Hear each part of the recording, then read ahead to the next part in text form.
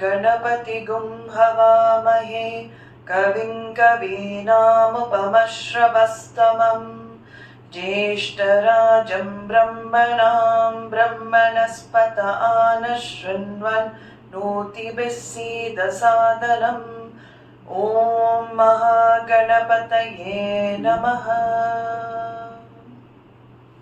ॐ गुरुर्ब्रह्मा गुरुर्विष्णुः गुरुर्देवो महेश्वरः गुरुः साक्षात् परं ब्रह्म तस्मै श्रीगुरवे नमः। दयाकरं दयाकारं दान्तं धर्मप्रवर्तकं प्रणमामि दयानन्दं मदाचार्यवरं परम्। ॐ गं गणपतये नमः। ॐ गं गणपतये नमः। ॐ गं गणपतये नमः। गणेश चरणं शरणं गणेश गणेश चरणं शरणं गणेश गणेश चरणं शरणं गणेश गणेश चरणं शरणं गणेश गणेश चरणं शरणं गणेश गणेश चरणं शरणं गणेश गणेश चरणं शरणं गणेश गणेश चरणं शरणं गणेश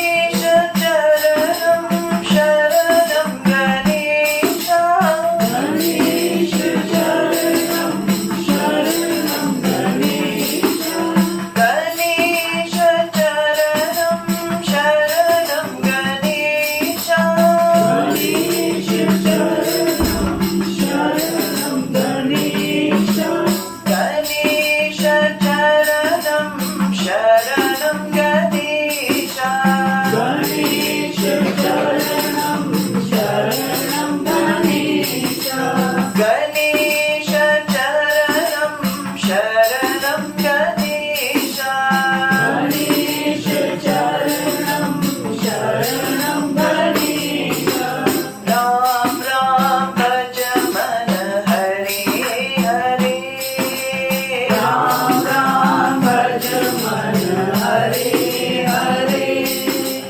राम राम भज मन Hare Hare Ram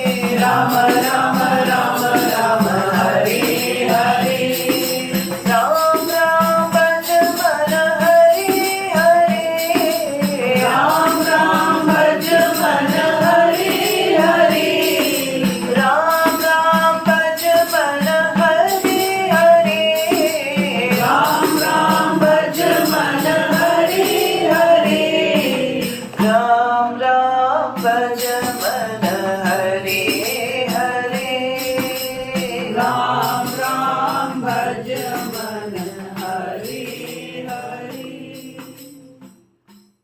So in Vedānta, we say, be in the world, but don't let the world be in you. As I said, Krishna talks about this in the Bhagavad Gita, and there he brings in when he introduces the topic of meditation. So at least during the time of meditation, we learn to keep objects, people, situations of the world external. But how do we keep things from not entering us when we are living in the world, not just meditating and escaping from the world? Sometimes meditation is a form of escape. You can just sit and then forget the world, and then nothing comes in you anyway. Here in Vedanta, we learn to discover to not allow the world to get into us, to disturb us, to control our states of mind, to dictate to us how we feel in every moment.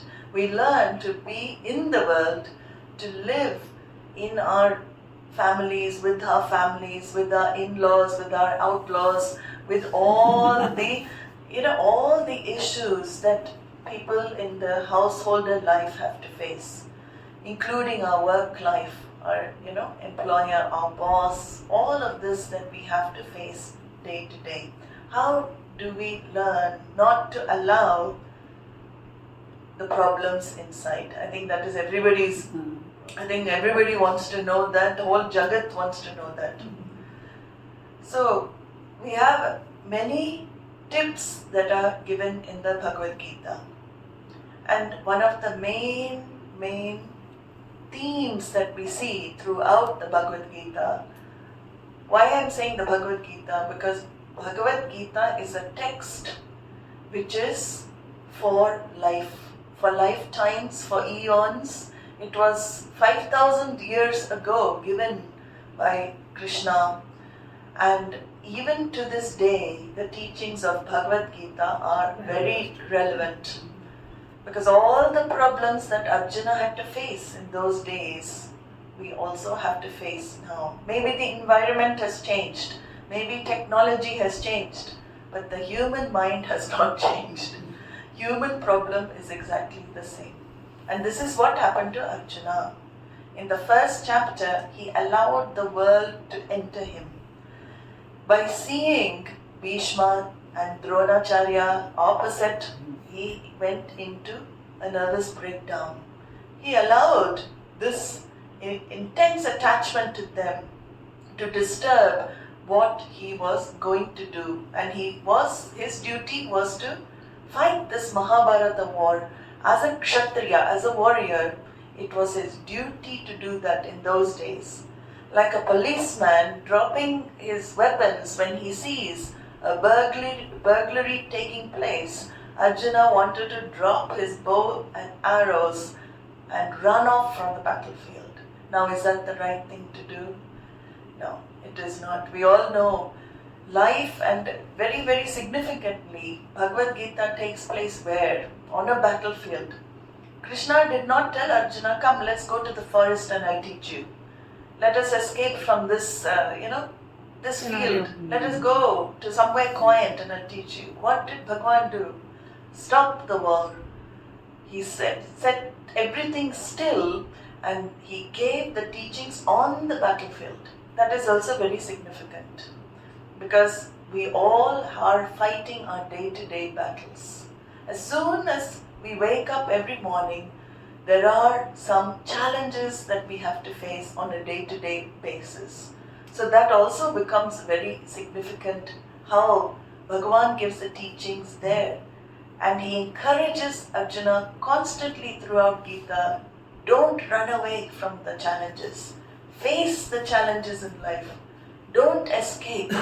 Because wherever you go, your mind goes with you. You may think you have, got away from a situation, but where does the situation go? Where is the situation being faced? It is here. So you take your situation with you wherever you go. So even if you shift the place, you carry everything with you. So this is what the Gita addresses. And in the 18th chapter, Bhagavan says a beautiful verse, which is one of the key verses of Bhagavad Gita, chosen by Swami Vedananda Saraswati himself. He says, Yataf pravritir bhutanam yena sarvamidam tatam swakarmana tamabhyarcha siddhim vindati manavaha. So he says, Ishvara is your life. Bring in Ishvara. Bring in this intelligence, this Lord. You can call any name. That one which pervades this whole universe. He says, Yataf pravritir bhutanam, from whom everything has come. This whole universe has come into being. How has this universe come into being? It is from an intelligent cause it has come. He says, worship the one from whom this whole universe has come into being. Yataf pravritir bhutanam yena sarvam idam tatam. Where is this being then? He says in the next part of the verse, the one who encompasses the whole universe, the all-pervasive one who is in everything, in everyone, in every situation. Worship that one. And how do you worship that one? How do you bring that into your life? He says, Swakarmana tamabhyarcha. Do your duty. Do what is unfolding for you at every time, place, situation. Do what Bhagavan is giving you at every moment. Do your duty and do it well. He says in other verses where he brings in this lifestyle, which is a very important aspect of spiritual growth. He says, Swakarmana tamabhyarcha. Take to your duty in life. And when you do that, siddhim vindati manavaha, you gain success. You may not gain the success that the society, society has a different idea of success. Societies all over the world, what is the idea of success? Name, fame, money. Everybody, everywhere, all after this type of success. Many like this, who have achieved everything that the society deems as successful. They have made it in their lives. They've got everything. Yet, there is a unhappiness inside. So as being, also many of you are mathematicals or logical thinkers. So what understanding logically can we gain from that? Comfort does not equal happiness. Increase in comfort does not equal happiness. Although the world values comfort, we see again and again, even if we don't experience that level of comfort, we can see the lives of the rich and wealthy and famous. Are they really happy? When you find, there may be some happy, but we find there is a feeling of lack, of dissatisfaction. However much one gains in life, there is still that feeling, I have not achieved enough, I have not got enough in my life, and I'm never satisfied. That's why I keep going after new things. For a while something satisfies me, but not for a long time. Then suddenly something else, desire arises, I go after something else. So this is what Gita addresses. This constant sense of becoming. I want to become more. I'm not happy as I am. And I allow, in this way of becoming, what do I allow? I allow the world to dictate my happiness to me. If this situation happens for me, I'm happy. If this situation doesn't happen for me, I'm unhappy. If what I don't want happens, I'm unhappy. So many things happen in my life, situations manifest for me, which I am not in control of. We can all see in our lives, we make efforts, but suddenly something happens I have absolutely no control over. Then who is manifesting that situation for us? Do we ever ask, what is manifesting that situation? Why is somebody else experiencing going through some other thing? Why am I having to go through this? Previous karmas. Of course, we will blame previous karmas.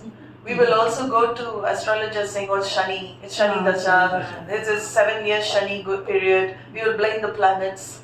We have a lot of scapegoats in life. We will blame something or other. What our Shastra says is that there is a reason for everything. Whatever happens, there is a reason, and the manifester of situations in life is Ishvara. Ishvara is the giver of the results of action. So when we say karma, karma has a twofold meaning. Karma can be what action I do, that is also called karma, action. But the results of action also, I say, this is my karma. When I say this is my karma, what do I mean? These are the fruits of actions manifesting in my life for me. Then who decides those fruits' manifestation? Who decides? Do you decide? We think we decide. That is the thing. So when Bhagavan says, Yena sarvam idam tatam, I am the one who pervades this whole universe. I am the one who decides what manifests in each individual's life. And do I do it out of sadism? Am I a sadist? Is Bhagavan doing it? Oh, this one I don't like, punish him. This one I like, give him punya. I'll give him for this situation. Can we have an Ishvara who is partial like that? Then he is as good as us. We are partial beings. And the one we look up to is also partial, then we've had it. There's no hope.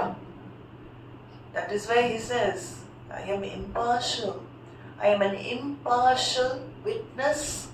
Karmadhyaksha it is called in Sanskrit. I am the witness of all your actions. I am the witness of your thoughts, words and deed.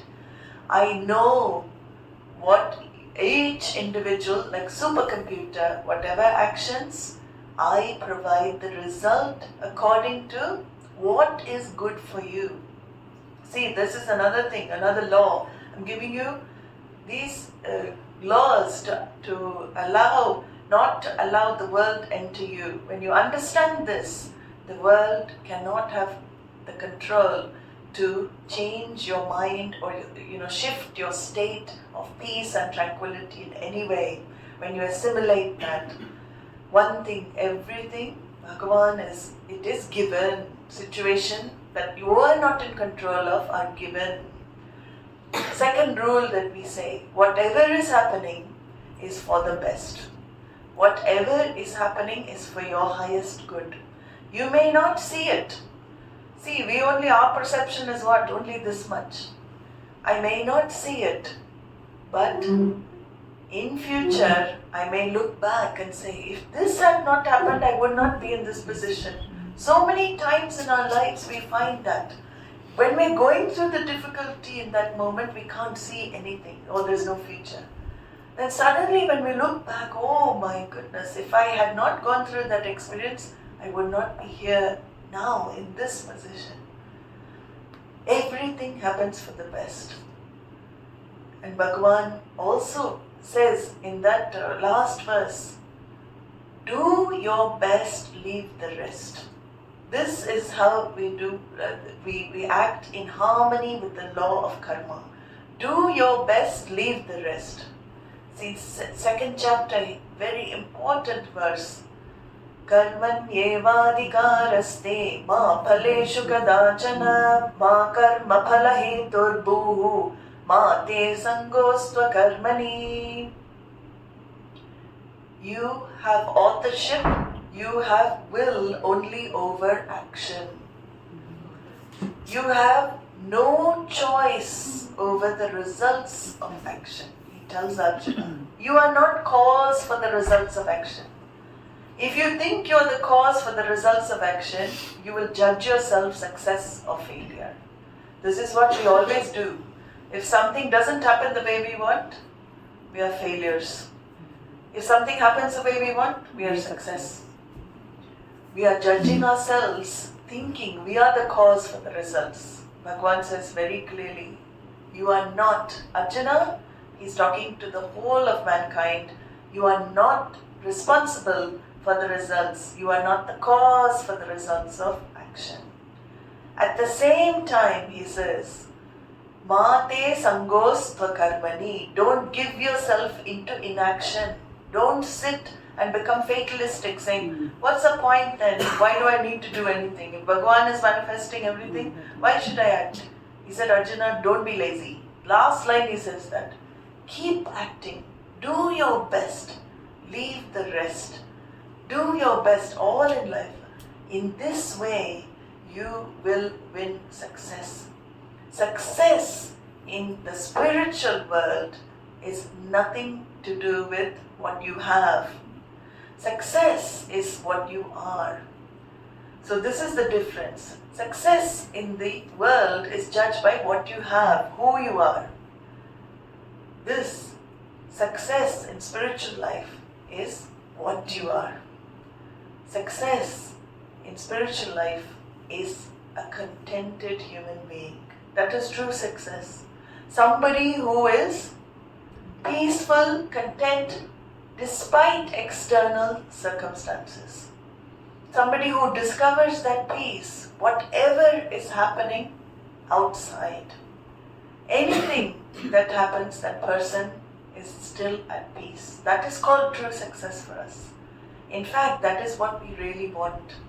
Through all our pursuit, we want that peace of mind.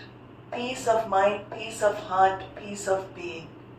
So he says in the Gita, many verses he talks about this way of karma yoga to discover samatvam, to discover equanimity, to discover this equal-mindedness in life. He brings it as a practice. And for that, one has to bring in Ishvara. So we come to importance of Ishvara in one's life. How do I see everything happening for the best? Very difficult, right? But that is where my efforts come in. That is where trust in this order comes in. You don't have to give this order form if you're not able to connect to a form. You understand there is an order here to my life. There is a reason. There's a very nice, I heard a very nice story of a lady. The way that, her attitude, always seeing the best in every situation. So she had a very, serious illness where she was losing all her hair. Hair was falling out like anything. And then one day she found she only had 3 hairs left on her head. So she woke up in the morning, she looked in the mirror and she only had 3 hairs. So she said, oh, it doesn't matter, today I will braid my hair. So with 3 hairs she braids. Then next morning she woke up and she saw 2 hairs. She says, oh, I'll put my hair in ponytails. The last day she wakes up, then she sees 1 hair. And what? She says, oh, I'll let it loose today. I'll leave my hair loose. And final day, she doesn't have any hair, totally bald.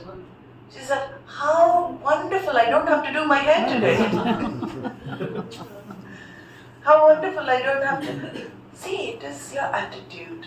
Everything is attitude, based on attitude. And the attitude of gratitude is the best way to live in one's life. We always see when as human beings, we are trained to see what we have not. I don't have this, I don't have that. Do we ever recognize what we have been given, what we have? What grace every morning to wake up, to recognize breath going in, breath coming out. Who is making this action happen without my will? Who is keeping this form alive? So many functions taking place in this physical body. All the organs working in harmony together. What is that intelligence that makes everything happen? For us, that is Ishvara. He pervades, yena sarvamidam tatam, he said, I pervade everything, including you, including the individual. I am the one who makes everything function in you. I am the one who makes the breath enter and exit and give you the prana of life to make you live. This Bhagavan, who is everywhere, of course we worship in different forms, but when we connect to Him, live in harmony with Him, understand whatever He is doing is for our highest good, then the world cannot enter us. World can never be a source of disturbance, because whatever is happening is Ishvara for me. So this is the way of the Gita. This is what he talks throughout the Gita. See me in every situation. Surrender. What is surrender? We say Sharanagati, surrender. What does surrender really mean? Surrender doesn't mean, just when everything is happening, oh, I love you, Bhagavan. Devotion. When we talk about bhakti, many people we see doing lot of pujas, lot of prayers, lot of part and everything. When challenge happens, what happens? They crumble. They cannot take it. So, bhakti doesn't mean puja, ritual, prayers. You may not do all of the rituals and prayers. Devotion is living your life, understanding the truth that whatever is happening is Ishvara. Whatever is happening to me is nothing but Ishvara order. That is real non-resistance to facts. And that is surrender for us. Surrender means I don't resist facts in my life. And when I stop resisting whatever happens in life, then I don't resist Ishvara. I gain this peace of mind, this contentment in the mind. And that is how I don't allow the world to enter into me. Even people's behavior. So we talk about situations and objects. That's much easier to keep out. Or what about people? People enter me all the time. They're always here. This entry of people is more difficult to cope. Why do I allow people's behavior to disturb me? What is it that causes me to keep that person in mind? There's something in me resists the behavior of others, right? So anything we have to understand, when I resist something external, I allow that situation, person to enter me. That is what is called. Resistance means I allow that person in. Non-resistance means I accept the person. But generally we resist. Some people, not everybody. People who match my likes, I don't resist. See, when they match my value structure, when they match what I like, then I'm happy. Yeah, this person is fine. I like this person. Yeah, this person matches my like. The moment somebody, we say, rubs you up the wrong way, we say in English, rubs you the wrong way. Moment, which means what? They invoke displeased you. Because your dislike is invoked, something you don't like. You see something you don't like, then what happens? You have given them the handle to disturb you. Who has given? You have given the handle to that person to disturb you. It is not the person disturbing you actually, because that person is the way they are if you accept Ishvara's order. This is where we learn also people are Ishvara's order. When we talk about nature, when I look at the mountains, I go to the Himalayas, I look at the mountains, I look at the Ganga flowing, I sit there, I'm in awe. I don't want the mountain to be this way or that way. I don't keep breaking my head asking, why is Ganga flowing this way? I want it to go that way. I don't ask anything of nature. I accept nature totally. Why? Because I understand nature is not in my hands. That is why I accept totally. In fact, nature doesn't invoke displease me because total acceptance, so I don't allow, and then I'm peaceful. But we don't do the same with human nature. Why do we say human nature? Human nature is also nature. Humans are also nature for us. Other people's behavior is also Ishvara's order for us. We call that psychological order. He also pervades, yena sarvam idam tatam. I pervade the world in the form of psychological order.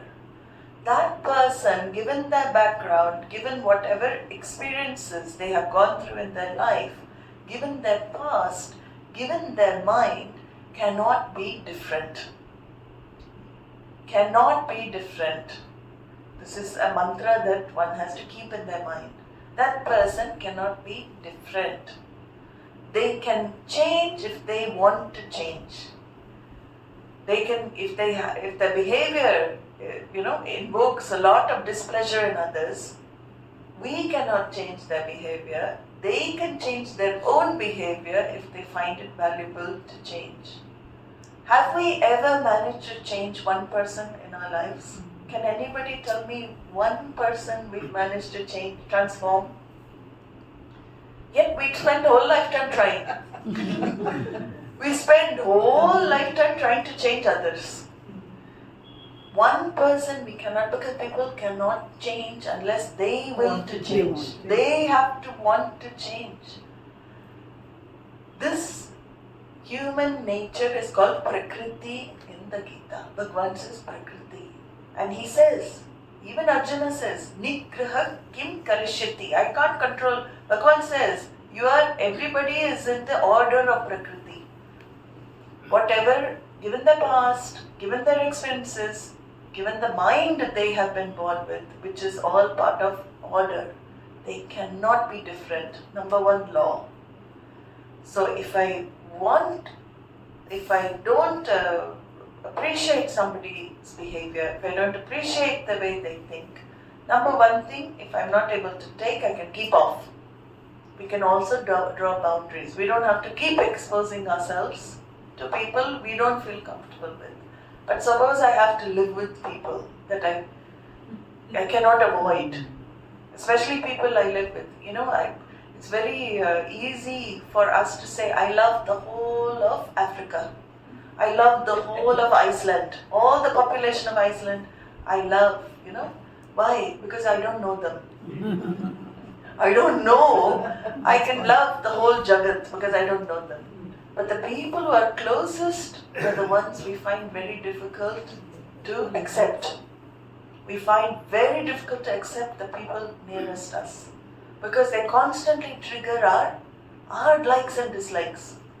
When we are comfortable with somebody, they constantly trigger. This is where I have to bring in Ishvara. Shastra says, bring in Ishvara into your life. See me in the form of others. See my order of psychology pervading everybody's mind, their thinking. See me pervading their behavior. You may not like their behavior, but there is a reason for the way they are.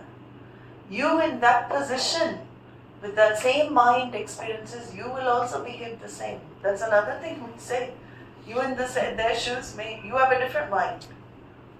And as long as we are trying to change others as well, we are allowing them inside. So, letting be in the world, but don't let the world be in you. And mainly, this applies to people. We allow people to disturb us and dictate our states of happiness. That is where, we learn in the Gita, be objective to them. Keep them. First of all, learn that you can never change anybody in this world. Don't even try. If you want to change in somebody, you pray. Only Bhagavan can change that person from inside. It is more prudent to pray to Ishvara to change them from within than nag them to death and try and change them from outside, because they will won't. The more you nag, they will resist. You should do this, you should be like that. And they also want you to be different. That's another thing. In their eyes, you are not perfect. So if one person wants the other one to be a certain way for their liking, the other one wants you to be in a certain way for their liking. It is a fighting a losing battle in life. So Bhagavan says, Bahyan sparshan bahikritva, keep the world external.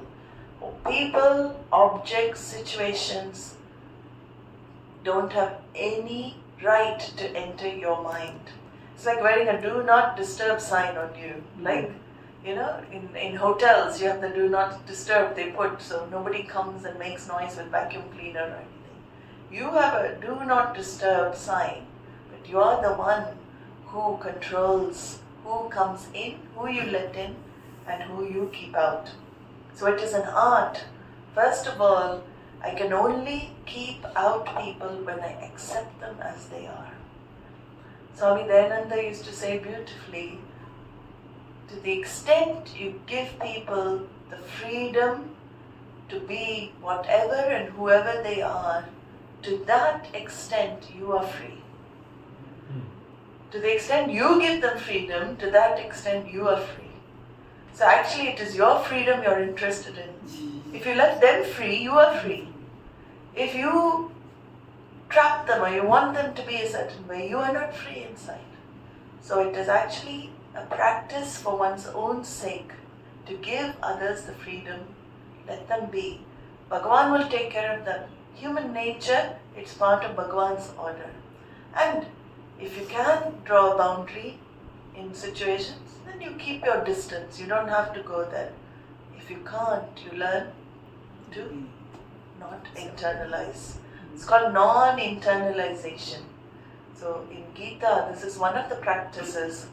Don't internalize this external world. Don't allow it in. It is called kshantihi. It is one of the values that Krishna talks about to develop. Forbear whatever is happening. Tolerate whatever happens. Titikshasva. And once you do that, you gain that contentment, that peace of mind, and you're ready to take right action. You're not reactive, you're active. There's a difference here. From reaction, you move to action.